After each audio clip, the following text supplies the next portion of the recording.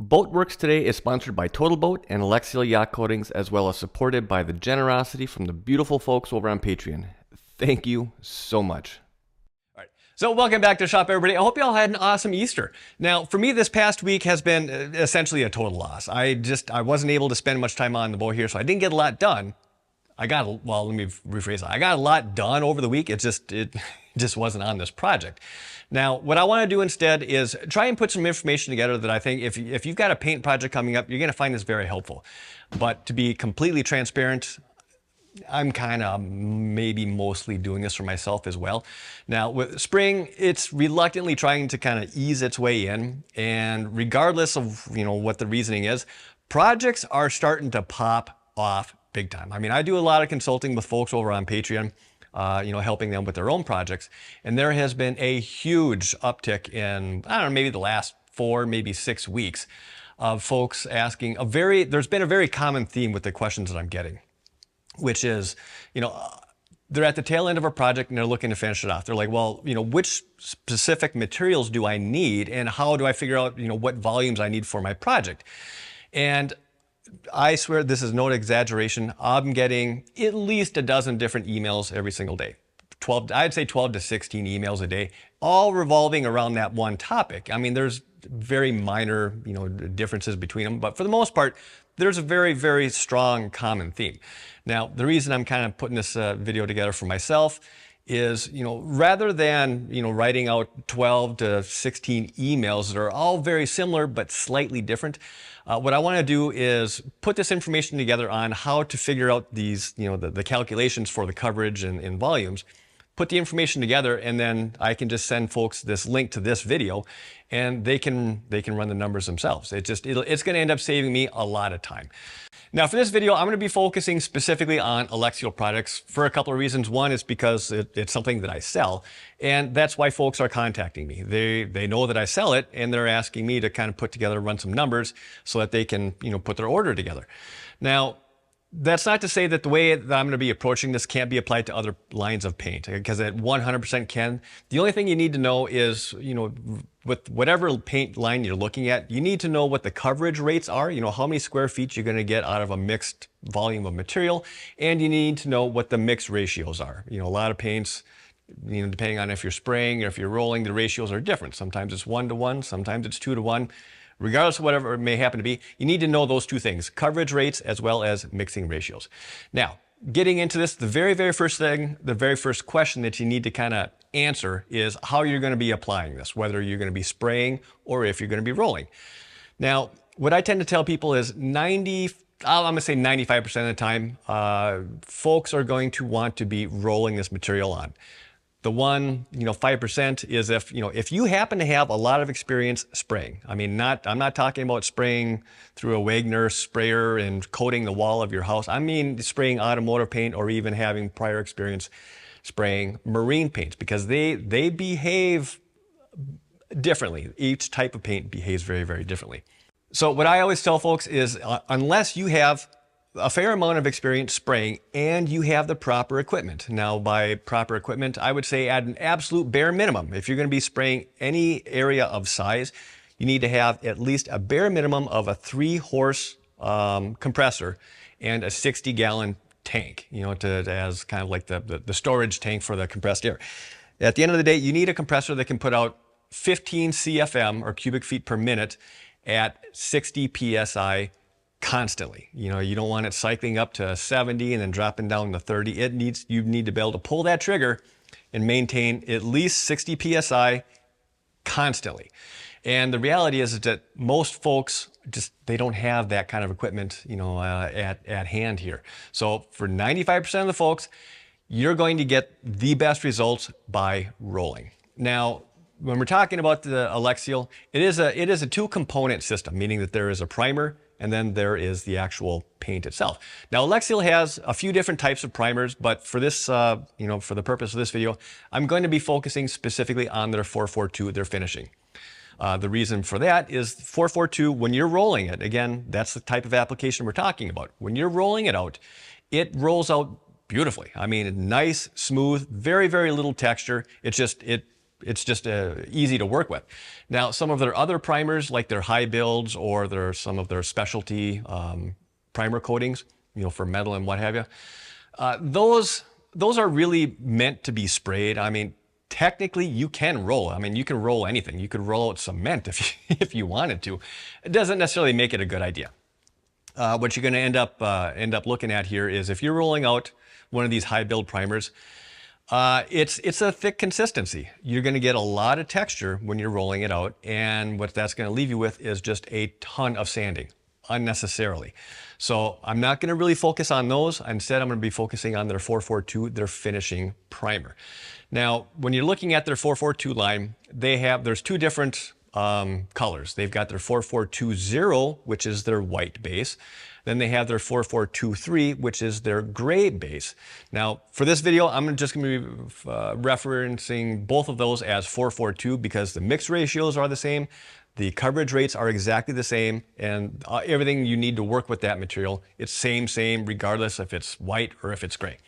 Now, the converter for when you're working with this 442, the converter is their C. Quick little explanation.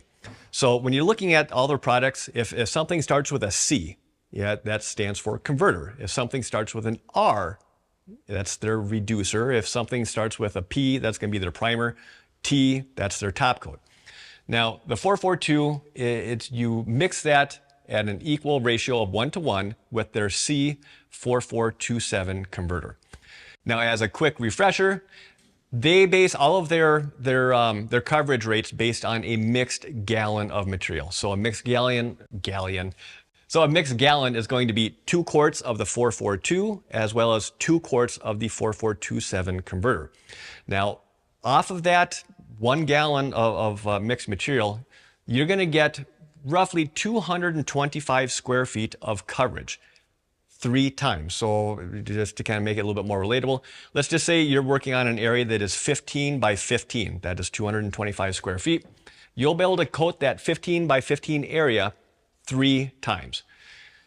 So if we were to take and apply that to an actual scenario here. So let's just say we're looking at painting a catamaran. Catamarans are kind of like the hot boat right now. I just saw Nat and James over on Zephyr. They're eyeing up another catamaran. I know several others either have cats in progress, that are being built, or they're in the process of buying them. So anyways, they're kind of a hot design right now for all the cruisers.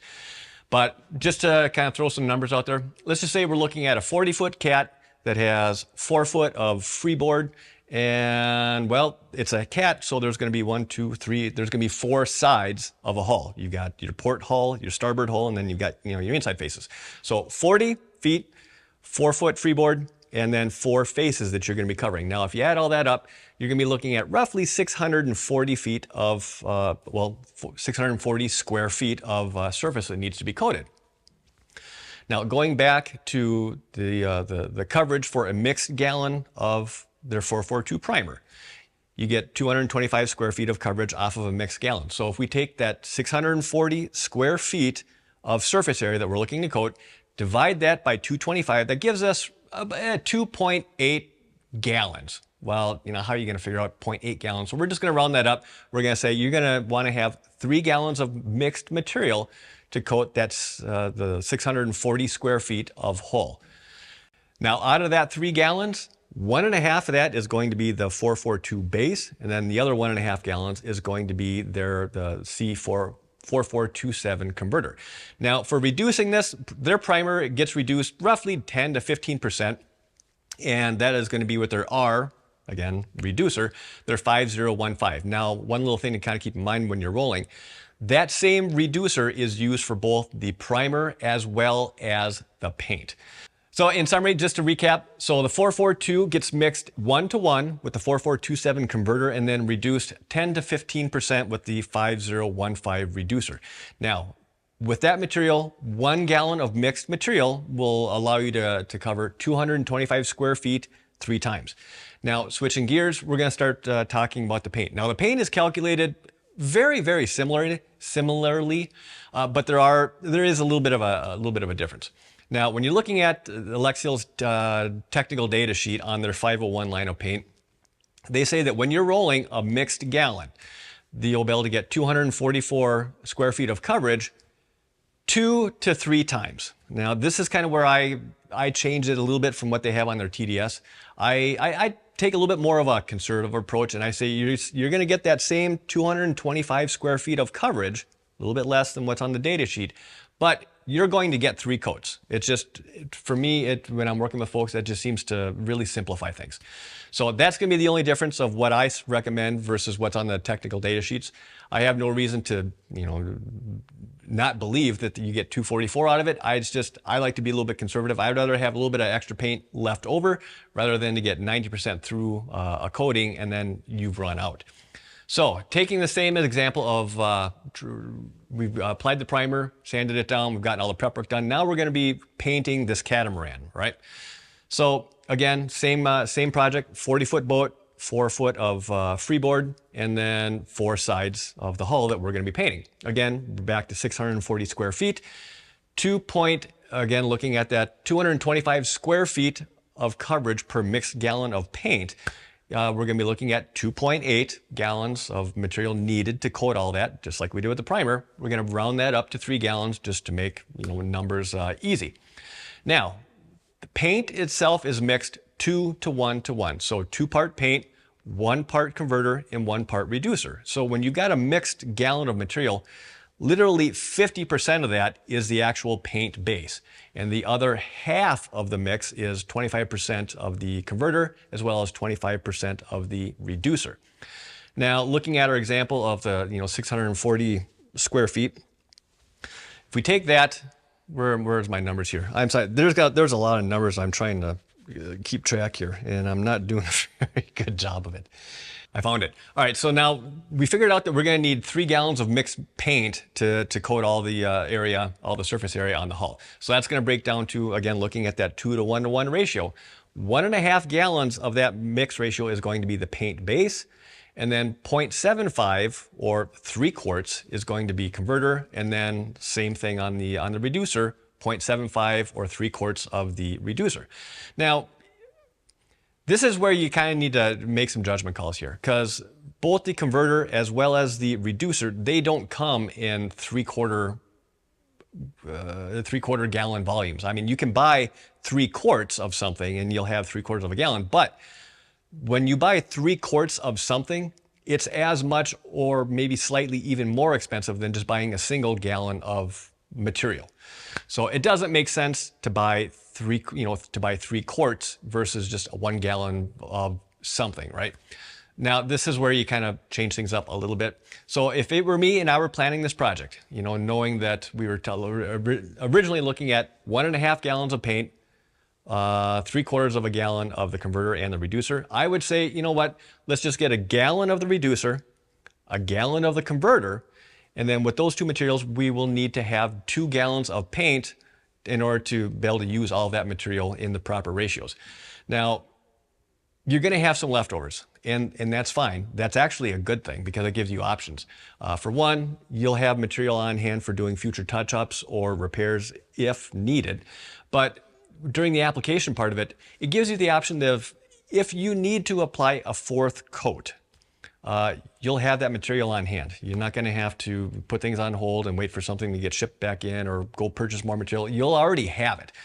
So that's kind of the direction I would go. Kind of run your numbers initially, and then if anything, round up. If you're kind of in between, a half gallon versus a gallon, go at the gallon and then figure out the other ratios appropriately so that you have enough material on hand to be able to use all of the material if you need to. Now, one thing I have to stress is with all these coverages that we just talked about here, this is for smooth areas only. It does not apply to non-skid. Non-skid is a much different beast. It uses a lot more material per square foot. So if you'd like to see kind of a one-stop kind of go-to reference for trying to figure out how to calculate the volumes and materials needed for your non-skid, let me know down in the comments below. Also, there's been a lot of numbers thrown around in this video, and I'm sure someone, people's head have just gone poof and they have tuned out. So if you're looking for just kind of like a one-stop, one-page kind of a cheat sheet on my website, again, I'll have this link down below in the description. But I do have a one-page summary or write-up kind of outlining this whole process that I went through in this video. So I will link for that down below. And I think on that, I'm just going to wrap this up because I don't really have much else to talk about. Again, I just wanted to put this information in one concise space so that I can reference people to this video so that they can run their own numbers. Make my life easier. Work smarter, not harder, right? Now on that note, I'm going to wrap this up because my head kind of hurts. So as always, I hope you enjoyed the video. I hope you found this helpful. And if you did, hit that thumbs up button. If you're not already subscribed, hit that subscribe button and the notification bell. Thank you in advance. Greatly appreciate it. If you have any questions, comments, feel free to leave those down below. I will do my best to follow up with you. And as always, I want to thank you for your time. Thanks for watching. Have a wonderful weekend. And I'll see you in the next video. I think I got it all. I'm sure I screwed something up somewhere. This has been a Boatworks Today production.